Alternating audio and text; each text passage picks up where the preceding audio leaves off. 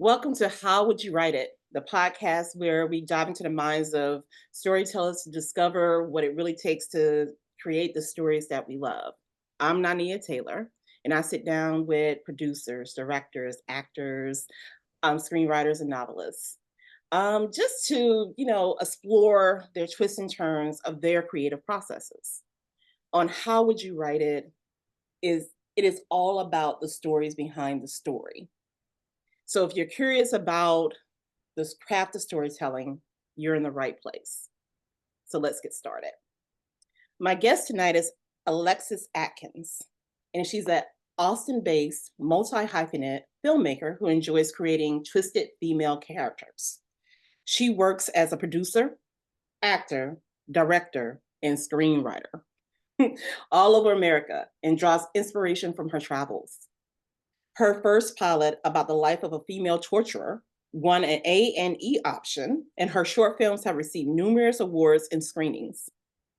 In her spare time, Alexis moderates sessions for roadmap writers and is active in animal rescue and welfare, working with wild animals, including wolves, tigers, and snakes. This is a brave woman right here and one of my favorite people. Welcome, Alexis. You, Tay. Thank you so much. It's so good to be here with you. It's so good. I'm so happy that you were able to join me today, Alexis, to talk about your project, TV series, Lilith and Eve. Now, can you give the audience a little bit about what that series will be about? I guess if we want to be professional about it, the log line for the whole series is Lilith is in a centuries-long battle with Adam and Eve to reclaim her space that she believes she is entitled to in biblical and historical texts and lore. And so this is kind of like a comp between, let's see, Handmaid's Tale meets Dead to Me. You've got the intentional flashbacks of Dead to Me as well as the complex female relationships. Okay. And then, of course, the female subjugation of Handmaid's Tale. Okay. Can you talk about a little bit of the relationship between Lilith and Adam and what happened there? So from that, I go back to your Old Testament. Adam was created out of the clay with by the tree of life and was lonely and he wanted a partner. And so God created Lilith the exact same way out of the clay with again, under the tree of life. She was created to be a partner, to be an equal. And she saw herself that way. But Adam didn't like that. And the straw that broke the camel's back was when she wanted to be on top during sex. And he had her kicked out. So then you have Eve, who was created, but she wasn't created from the clay. And even more recently, the texts have been retranslated. The word that they use for rib is nowhere used for rib anywhere else in the original texts. It's actually his side. So it was more that Adam was split in half, and that's how Eve was created. So I go back to that, and for that particular scene, Adam is split in half and then forms into a rib so that we can kind of keep what people are more traditionally used to with the story, along with what we're learning, as we learn that the texts weren't necessarily translated as literally or directly as they could have been, because, back in 100 AD, if you said that someone was split in half, that would probably freak people out. Now, with your Handmaid's Tale thought of how this is kind of reflective of that and that timing, this series is modern day with flashbacks of when they're in Eden, but Adam and Eve are still alive, and so is Lilith, never aging, basically. Right. And so basically, Adam is a TV evangelist, and Eve is just his, kind of like whatever you want, Adam. She's his submissive wife, and when she speaks to She's the the trad wife. she's a triad wife. Yeah, perfect. Yeah. She's a triad wife for Adam, and he's very pleased with that because Lilith was she was like trying to be just as equal as him. And Mhm. how would he have that when God created him first, and and said that he was going to subjugate everyone around him? And here comes Lilith, like, no, no, no, we're in this together, and we're gonna equally think and have an equal say. And in sex, I can be on top too. But that hurt his little feelings, that she wanted to be on top too, even though most people would be kind of happy with that. But anyway, I digress. We're gonna behave today, Alexis. That would be a different podcast. So, um, where my I guess my question, to roll back to that, did you were you inspired to write this series or this script based on what was happening in society with laws being changed, abortion ban, a lot of men talking about their 50-50, what are you bringing to the table, 50-50 kind of thing? What inspired you? Actually, I was inspired to write this, and it had been something percolating. I'm in the whole writing world, the pantser versus the planner. I am very much the planner. So it's in my head. I'm taking notes and I'm, sorting things out in my head, sometimes even for a couple years before anything goes down on paper. And originally, what had inspired me to write this was, um, for those who don't know me, I spent about 10 years working in biopharma, executive assistant, chief of staff, that sort of type of role. And at one of the jobs I worked at, I met the scientist who he had written research papers on the Neanderthal gene and how how much Neanderthal you have in your genealogy can influence certain factors about people. And he lovely person, really funny, very animated for a scientist. Um, I love my scientists. Just some of y'all are very introverted. Um, he and I started thinking, what if let's go down the road that Adam and Eve really did exist, Mhm. which would mean that Lilith had to have existed as well. But what if this difference between how we perceive gender and gender roles has to do with how much Lilith gene you have versus Eve gene? And that's really where it started, and it just kind of snowballed from there. Oh, wow. So oh, wow, that was very interesting how that came up in your mind and how that all rolled together. I just want to talk a little bit about Lilith too, because I left out that, she's also in the modern world too, and she's an activist.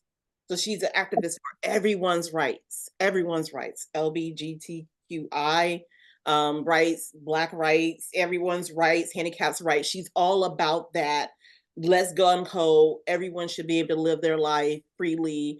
And where, Adam and Eve are still like, we have to have this male dominated society where, men rule everything and women just are at our beck and call and do whatever we want them to do.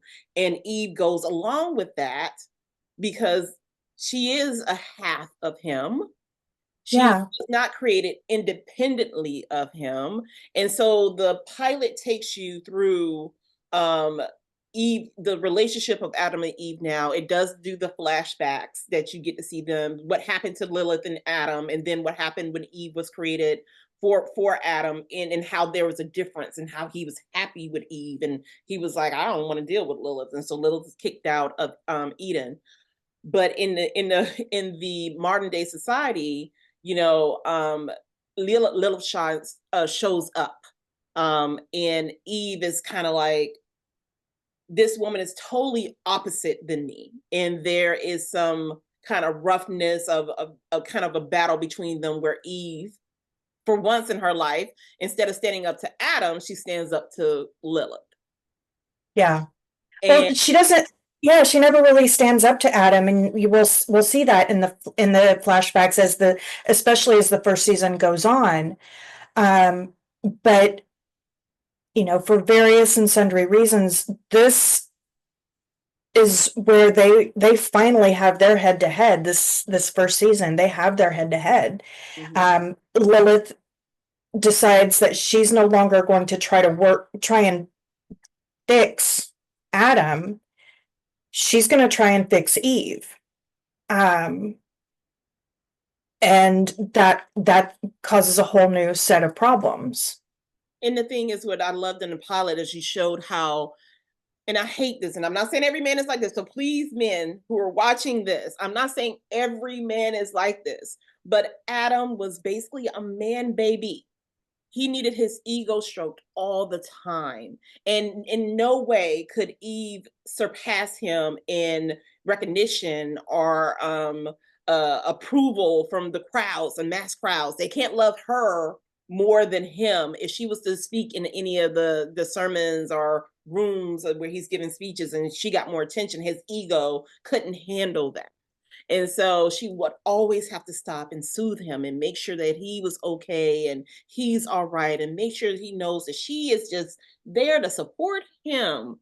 And she never got that same support, even though I think she was broken a little bit because the children that they had, their Yeah. children started to age and they would die. And so Eve, was just going through grief because they had multiple kids over and over again, and all their kids would age and die.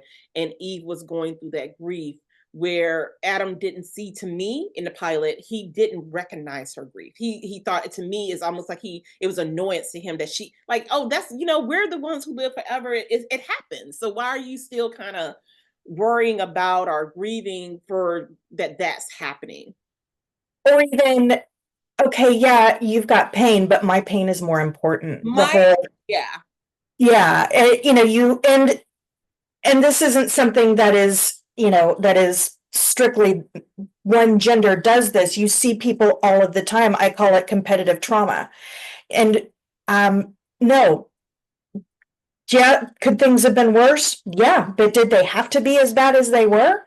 No, they didn't.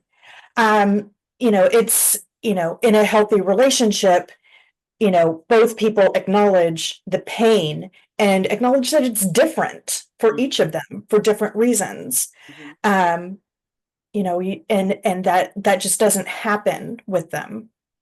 So the first season, your plan is to have, like I said, there's a battle between, not a battle, or a fight between Lilith and Eve. And like you said before, Lilith now is focused on getting Eve's mindset out of being the submissive triad wife to Adam, because there's no saving Adam. Like, Adam is stuck in his ways. God created him first, and he's just like, he's there. I'm like, he's the golden child, and I know that I'm right.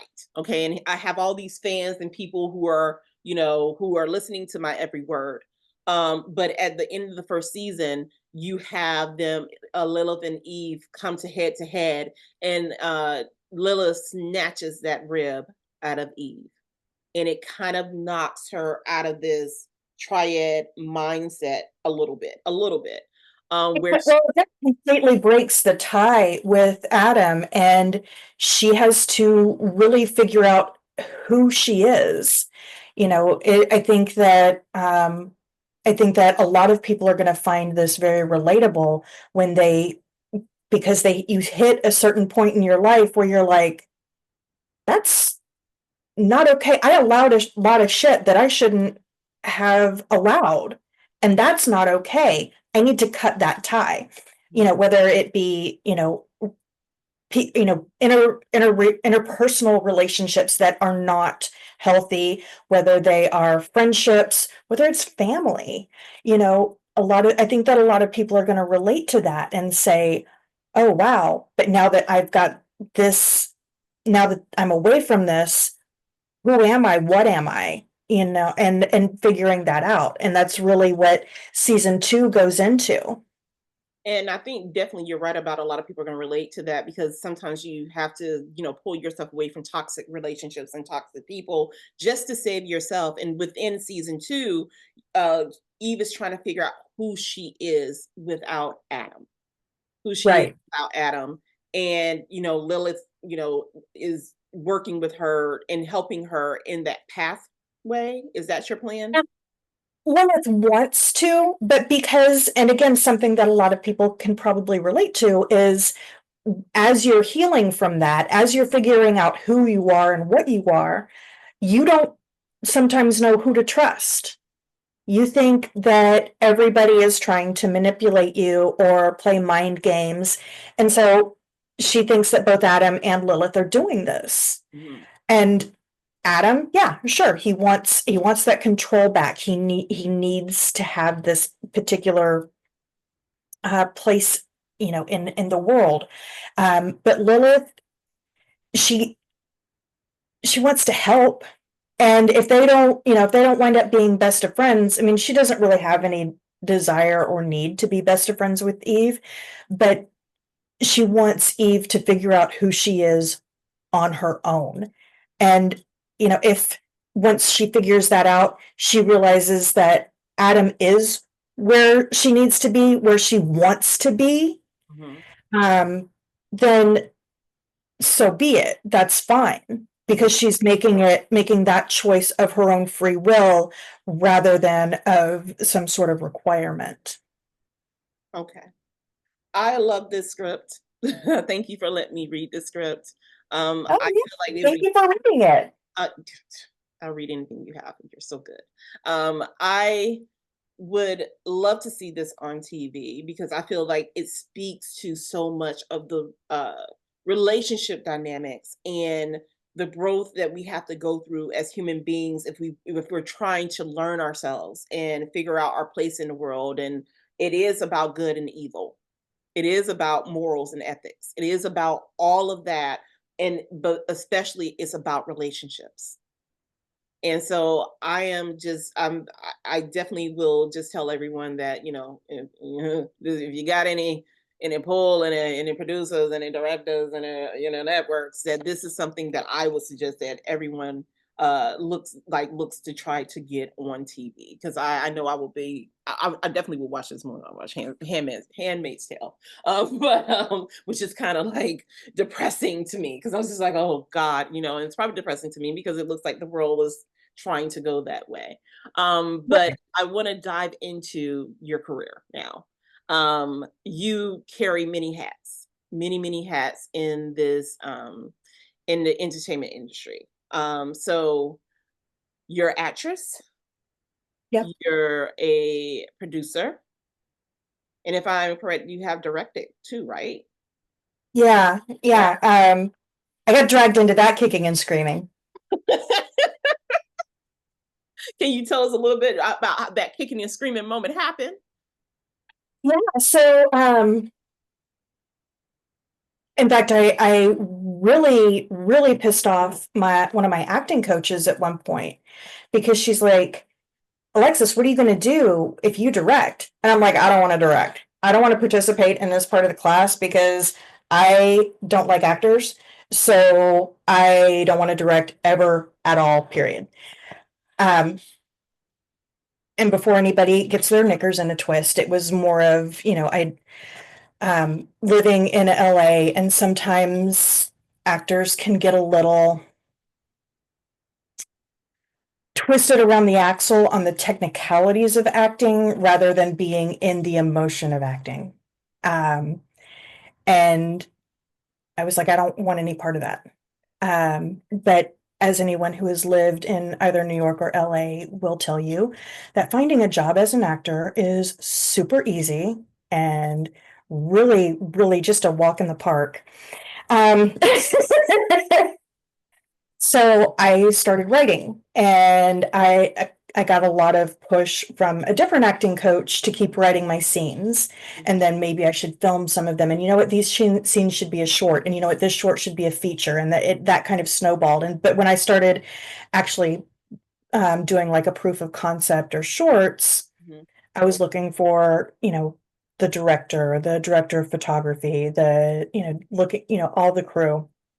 And I had this fabulous cinematographer named Stephen Treadway, who will always hold a special place in my heart for how much he supported me as a director and an actor and a writer. Mhm. Um, and we kept interviewing different directors for this particular proof of concept. And finally, he said, listen, the person that I had hired didn't make the best impression and frankly was also irritating me. And to the point that Steven said, listen, I like you. I actually really like this script and I like the bigger, the actual script that this is the proof of concept for. Uh-huh. I'll work with you if you direct it, but otherwise I'm out. Kind of a peace and hair grease kind of situation. Um, and so I had to sit down and do a little soul searching and go,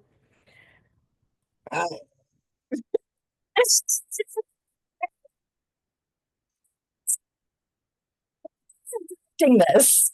Um, and that was the teaser for Be Nice. And and of course that script has changed so much over the years. And working in biopharma really helped make it more, really brought it to life. So Because Be Nice. Tell the audience about Be Nice. so Be Nice is about a serial torturer.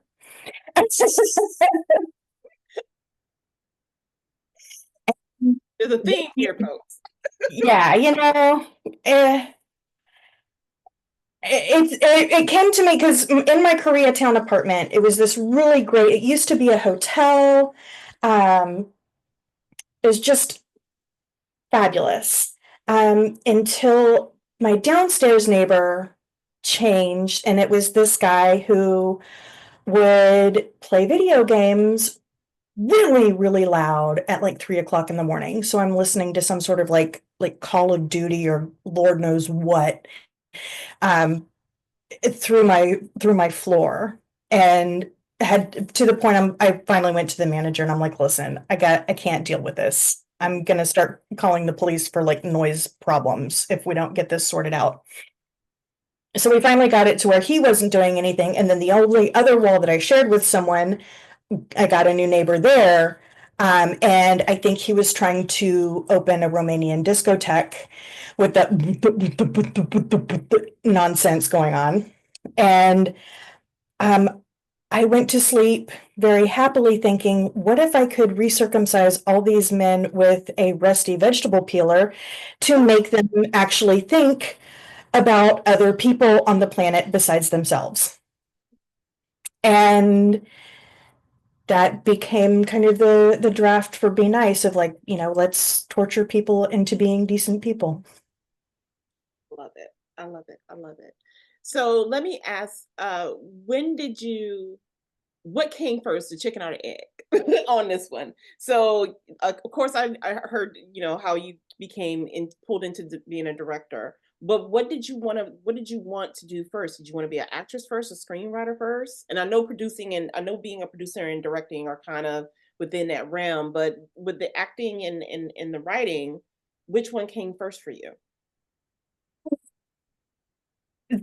They've always kind of been side by side. Like as a kid, I would write short stories and like, for school assignments, they would get like when we lived in California, some of my short stories for English class would get sent on to different competitions and I'm like one state or some other. I honestly didn't pay any kind of attention. Um and then in high school, I worked in a music studio where I would help bands with writing songs. So it was kind of, more lyric and poetry. Mhm. But I was always on stage. I was, either singing on stage or I was acting on stage. So it's always kind of been a little parallel. Okay, okay. Um, with your acting, or how many, is there any film or short that you produced and acted in? All of them. All of them. Oh, okay, cool. All the ones that I produced, I acted in. Yeah. Okay. Um, And I, where can everyone find? Do you have them on, like, are they YouTube or somewhere where people can find them? they're on Vimeo. Okay. Vimeo. Oh, Vimeo, yes. Uh-huh. yeah, Vimeo.com. I think it's Dixie Mouse slash Dixie Mouse, And or it's I'll drop the links. Vimeo.com. I'll drop the links for the audience so they can see who you are and what you do, and why I'm saying, like, Alexis is somebody y'all need to be watching. So, okay. Um and we're behaving. This is the funny part. I'm gonna leave this in. We're behaving right now because we are just the worst sometimes. So we're behaving. We're behaving on us. We're behaving today. I'm so very proud Just of us. I'm so very proud of us. a little bit ridiculous. I am so very proud of us right now. That we have not, dropped some F bombs and all that. So this has been great. Yeah, I'm actually pretty proud of myself on that one. Yeah. Too. Okay. So, Alexis, what else? What do you have coming up? Like, what's coming up next for you? So I've been in pre-production for a short film called Taken In. It was actually written by my boyfriend, Victor San Miguel. He's been a playwright for like since high school. Like, um, there are some name actors, or there's one in particular that I should have actually come to this prepared for, that he was in one of Victor's very first stage productions, and has since done quite well for himself. Um, but yeah, he's been commissioned to write for he was a very regular writer for Teatro Dallas. Oh, okay. Yeah, and he's been produced all over the country. Oh, wow. Okay. Yeah. Right. So you're keeping it in the family. I see. Love it. And so that's coming out shortly.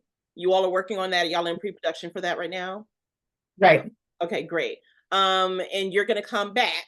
Both of you will come back and talk about that when it's ready and set to go. I know. Oh, thank you. I Thank know. you. Okay. And where can everyone find you, Alexis? Pretty much everywhere. Like I'm on Threads, Instagram, Blue Sky. I did recently deactivate my Twitter just because I'm tired of that nonsense. Hmm. Uh, but yeah, all of that. And I'm pretty easy to find. Alexis Adkins. I try and keep it really simple. And she really does. And she's the funniest person, and she has the biggest heart. But she will have you cracking up. I wish I could just release her to be her full self, but then I would think that we would get some violations. There'll be funny violations, but we make it It is chilly. on here. I appreciate you so much, Alexis, for coming on tonight and joining me and talking about your projects. And I know you're going to be back to talk about the finished production that you have coming up.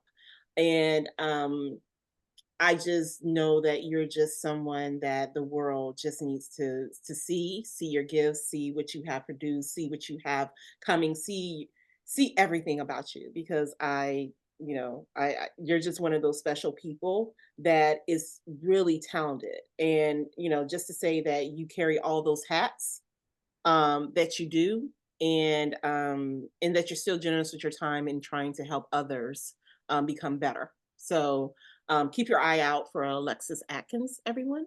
On How Would You Write It? I always ask my guests, what shows or which TV shows or movies would you have loved to join, either in a writer's room as a director, or on, as one of the actors or actresses on set? And what do you think you would have brought to any of those shows? And I think you and I talked about Dead to Me and Promising Young Woman. So talking to you about Dead to Me, what would you, where with all the hats that you carry, would you have like to have settled on that show? As much as I would have loved to act opposite either Linda Cardellini or, of course, now I have no Married with brain. Me, young lady. I forgot her name too. Oh my gosh. Christina Applegate, thank you. Christina Applegate. Uh, Yeah. oh my God, I'm such a moron. Uh, no, Both as are much right as I would now. have, um, as much as I would have loved to have acted, opposite them or, with them, I I feel like, maybe either directing or, being in the writer's room, just to have been part of that would have been amazing. I mean, and the challenge for me with that is I don't know that I would have done anything to elevate it Hmm. because, um, while there are areas where there could have been improvement, Hmm. um, I also feel like for what it was, it's kind of the first of its kind of truly showing complex female relationships. Yes. And that's where your heart is as a writer and a director and a producer.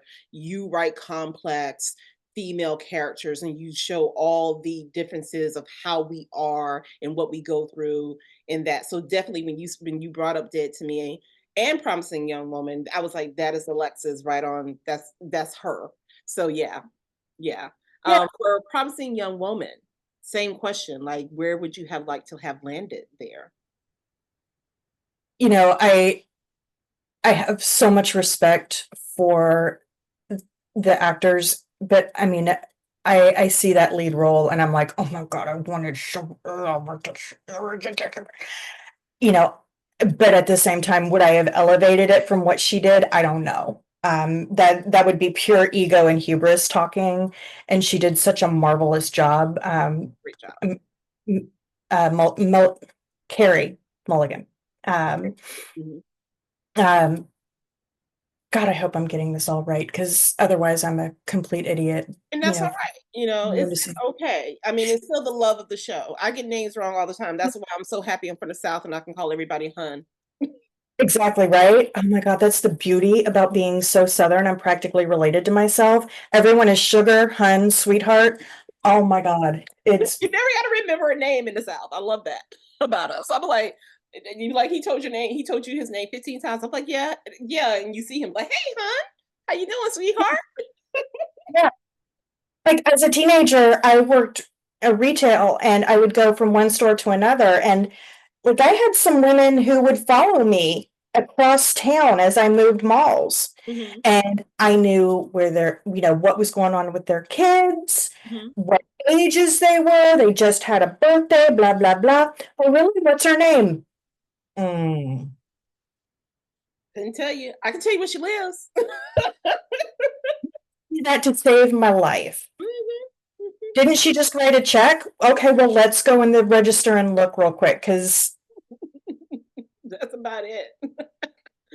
Well, with us talking about being in front of the camera, Mhm. um, you know, let's talk a little bit about your acting and what it, takes and what it took to kind of roll into being an actress. And is it different today than it was back, maybe 10 or 20 years ago? Yes and no. Mhm. I mean, a lot of the processes have changed. When I started acting, you were still mailing in your headshots to casting directors or even directors. And, everybody was trying to find a way to stand out in that sea of envelopes, that sea of headshots. Mhm. Um, and now that sea of headshots is in an email link, Mhm. or a web link. Back then, to try and stand out, people would print their resumes in on like pink paper and staple it to the back of their headshot. Mhm. You'll Yeah. stand out, so you'll notice. Um, there was even a brief period where people put glitter in the envelopes. Mhm. Let me tell you how much the casting directors loved that. The glitter in the envelopes. Oh my God. Can't get Could you good. imagine, like, even if you got 50 envelopes that day and only 10 of them had glitter, like, could you imagine?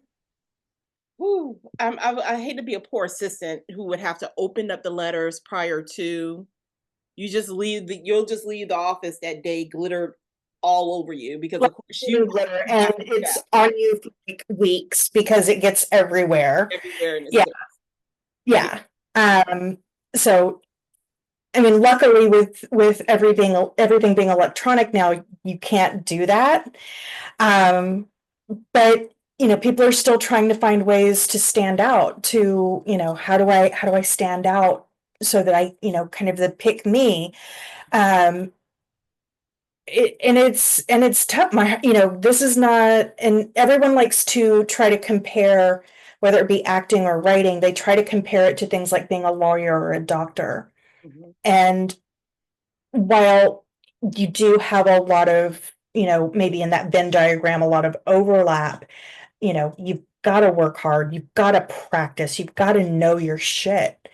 Um, at the same time, you can walk into a law, if you get called in for a law office interview, you don't have to worry about if the head, well, I mean, maybe you do, I don't know. But like I knew someone who went to producers and for a series regular role, and one of the producers was like, I didn't like the shoes she was wearing, so yeah, we're gonna, and it had nothing to do with her acting ability. Would she have been perfect for the role? Possibly. Um, but they didn't even talk about that. It was the shoes she was wearing. Okay. Okay. Yeah. That's that's crazy. Well, I mean, that happens even corporate now. I remember a young lady coming in for an interview for a corporate job, and she had on stilettos, and they were really Hmm. high stilettos. But she from the top down, she was dressed professionally. But maybe those were the only shoes she had to come into the office, and they did not pick her because she wore stilettos. But the interview went well. But something about those stilettos sent everybody off, and it was weird to me. And I was just like, maybe those were the only shoes she had to wear to this interview. And she came and everything else was professional. Who's looking at this woman's shoes? They're gonna be on the Right. Yeah. like who cares? That's yeah, who cares? Yeah. It's kind of like every so often you'll hear where newscasters, the men sitting at the news desk, to test the theory out, they'll wear the exact same suit, shirt, tie, everything for 2 weeks, and no one will say a word.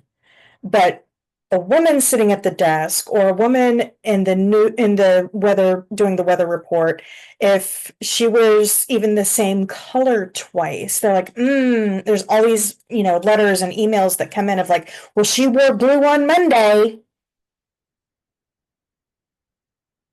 Wow. And that kind of sums up the world Yeah. Yeah. that we are in, where women are judged much harsher than our male counterparts, and we have to show up better than our male counterparts. I was just reading this study about, I heard about the study about even raising a Mhm. daughter and a son in the same household, and you have both parents, and they will coddle the son, and they will make sure that girl she has to have her education. She has to know how to clean. She has to cook. He doesn't have to do anything but just be himself and Yeah. respect the household. But that's pretty much it. But the girl has to do everything. But I'm so very happy that you're here to show women and young girls, or hell, anybody really, that don't let Yeah. one get in your way of just because of who you are, what skin you're in, what sex you are, who you claim to be, stop you from getting that door open. So thank you for that, Alexis. I it's one of those things, as I've done all of been doing my research, doing more research, that is the part of Lilith that I really relate to. You know, we are all the same underneath. Mm. It's just, and if you want to go biologically, we all start out female. And that's the truth. And men, if you didn't know this, you're the one who determines the sex of the baby. It comes from you. It's not a woman who determines that. You're the one who gives that genetic code. If the X is going to show up or the Y is going to show up. Or even how strong, and then at the same time, there's also, there's so much that goes on within that as well. Mhm. Um, like, there are some hypotheses about trauma at different stages of the pregnancy, and how that affects, so there have been some hypotheses about, whether there's like more effeminate men, and how it affects kind of that Y to X part. Is it a full X? Is it kind of a this X? Is it a what? Like, and that's why gender is so messy and complicated, and it's not as simple as what we learned in junior high of X, X, Y, and XY. Yeah. There's so many variables within that. So many, Uh, and I wish that the world knew that and that was taught more. So yeah, the prejudices are the uh, stuck in kind of idealism of what a man or woman should be in society, if you were born that way, should look yeah. like and be like, if we truly were taught about genetics and how that comes about in the womb and how that Or affects. the comment, what you just said about how a woman should look. Mhm, Um, I really appreciated Dustin Hoffman's comments on that when he was playing Tootsie. mhm, And he first saw himself in the full makeup. And he's like, well, as a woman, I should be more beautiful. mhm. I should look a particular way as a woman. And it's like, not necessarily, whatever that glamorous stereotype or archetype that you have, Mhm. that's not necessarily what a woman is. Yeah, exactly. Okay. I just want to thank you, Alexis. This has been an exciting conversation tonight for joining us on How Would You Write It? And I definitely want to see you come back. And maybe then we can, take the reins off a little bit and truly be our funny, crazy, funny selves. But I definitely want to hear about your new projects that you have coming. I am so excited about who you are, what you're doing, and I'm just excited about the world seeing who you are and what you can bring. And because I know you. And I know people like, well, you know her, and that's the reason why you're so, so enthralled. But I was like, yeah, I know her. I know who she is. And the four hats that she carries in life, she is actually that good. And I just would love the world to just see what I see in you. So definitely come back and tell us when your project's done, and I would be happy to see you again. And I'm just excited to see what you have coming. Thank you so much, Tay. It is such an honor to be here with you. And anything I can do to help you, that, I will help you with anything, anything. And that's why she's just one of the best people. So audience, I'm just gonna say this. If no one has told you today, I believe in you, you got this, you're gifted, you have this gift for a reason. No one can do it like you can do it. So don't let anyone get in your way, not even yourself. So get to working, keep believing in yourself, and we'll see you on next time on How Would You Write It?